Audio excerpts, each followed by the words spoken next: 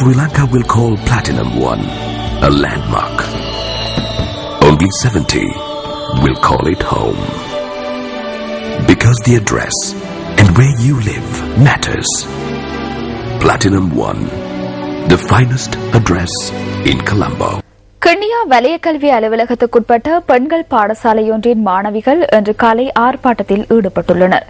இரண்டாம் தவணைக்கான கல்வி நடவடிக்கைகள் ஆரம்பிக்கப்பட்டு இரண்டாவது நாளான இன்று தமது பாடசாலை அதிபருக்கு இடமாற்றம் வழங்கப்பட்டுள்ளமைக்கு எதிர்ப்பு தெரிவித்து மாணவியர் ஆர்ப்பாட்டத்தில் ஈடுபட்டிருந்ததாக தெரியவந்துள்ளது.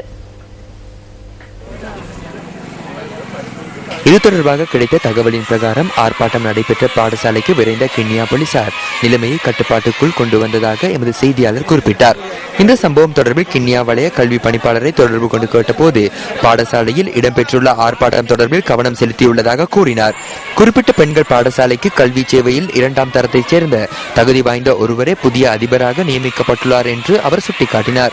இருப்பினும் பாடசாலை அதிபர்கள் நியமனம் மற்றும் இடமாற்றங்கள் தொடர்பில் தீர்மானங்களை எடுப்பதற்குரிய அதிகாரம் தனக்கு இல்லை என்பதுடன் கிழக்கு மாகாண கல்வி அமைச்சின் செயலாளருக்கு இந்த விடயம் குறித்து தொலைபேசி மூலம் அறிவித்துள்ளதாகவும் கிண்ணியா வலய கல்வி பணிப்பாளர் மேலும் தெரிவித்தார்.